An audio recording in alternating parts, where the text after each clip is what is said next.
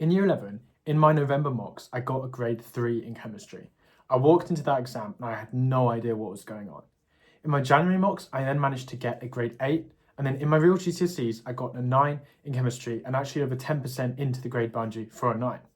What that means is that I know what it's like to fail chemistry, and I know what it's like to improve, and I know the difference between a fail and all the way up to a grade 9. And so in this video, I'm going to be giving you guys the best advice that I have for what you can be doing ahead of this chemistry exam. And let me just say, chemistry is easier than it seems. For me, it was at times the hardest GCSE, right? Like I said, I failed it. I literally didn't know what was going on, and I managed to work it out.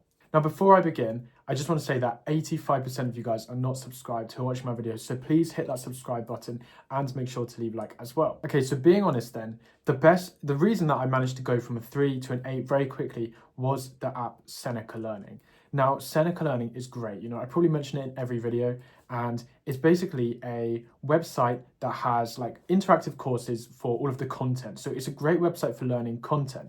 And literally, I just sat down like days after that exam and I just started working my way through the content for chemistry. Now, you may be thinking, yeah, I don't have much time, and you might be watching this right before the exam, but you probably have more time than you think to complete a Seneca topic or two for chemistry.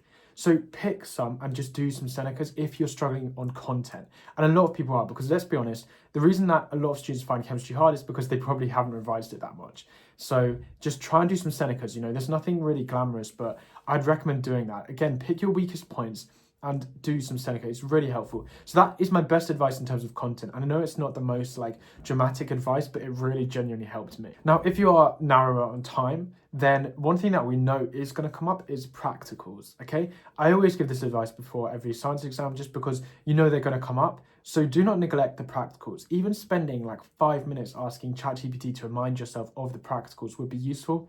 If you have more time, then watch some YouTube videos on those practicals, understand what the questions are like. Just make sure that you know what they are for chemistry paper 1 for your exam board, because realistically, they're going to come up. So practicals, for example, is things like titrations. I'd always learn them. And yeah, just make sure that you're familiar with practicals. So again, then with chemistry, one thing I found as I got better was that there are some certain key themes that really do underpin quite a lot of chemistry. So for example, the structure of an atom is just a really important topic. Understanding about how electrons work with reactivity as you go down group 1, for example, and as you go down group 7, understand the trends of reactivity and why it's really useful. By the way, if that comes up and you don't remember much, just remember as you go down the groups, the atoms get bigger, and that's going to affect it. It's either going to be easier to lose the electron if there's only one on the outer shell, or it's going to be harder to gain one. So group 1 gets more reactive, group 7 gets less reactive. But learn those because some of these core fundamentals really underpin a lot of chemistry. Another example is reactions and rate of reaction and collision theory. So understanding that for a reaction to happen, particles need to collide at the right activation energy, because it just seems to come up again and again, but in different forms. And so the earlier that I realized that, the easier chemistry did start to become.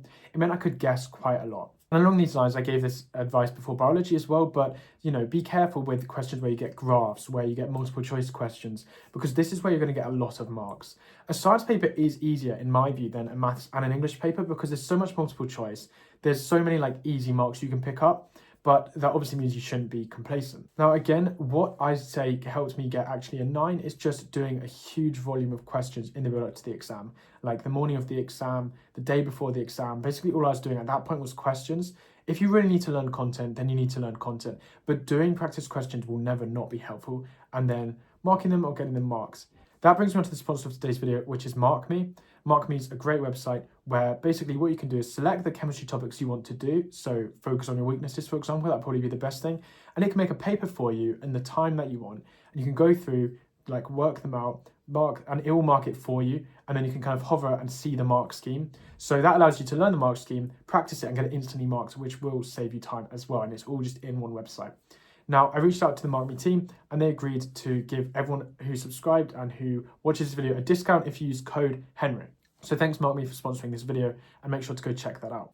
Now, I just want to talk a little bit about some topics then. Now, if you're aiming for a 9 and you do triple science, then quantitative chemistry is where some of those grade 9 marks are. This took me ages to get the hang of, but it is very doable. Like the really hard moles questions and all of that sort of thing. I remember I had to go into like my science teacher's classroom and like ask her for extra help on it. It did take me a while, but that's really worth it if you're going for a 9 to kind of learn that topic and see the type of questions that come up along those lines, because they're usually about 5 marks and most people don't really know how to do them.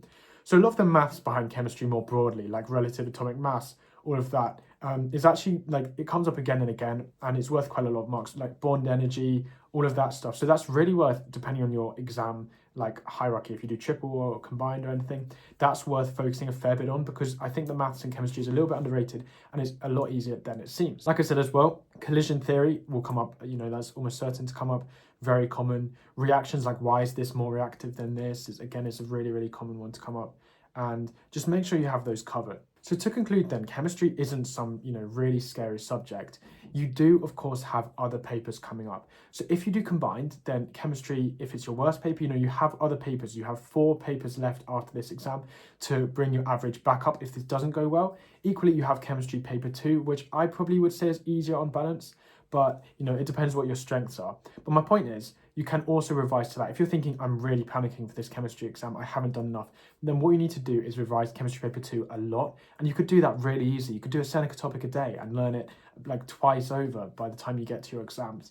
So try and make sure not to panic, and make sure if this exam isn't going to go well for you, or you're worried about it, then you can always make a comeback on the later paper. But in short then, just to summarize, what you need to do is kind of think about where your weaknesses are. You know, this video is for people who are aiming for just to pass or for 9s. So, you know, if you're aiming just to pass, often content is the best thing that you can be doing, because you're not really going to get a lot of the practice questions because you don't know them. So I'd be thinking about doing a Seneca, watching some videos, trying to quickly cram basically.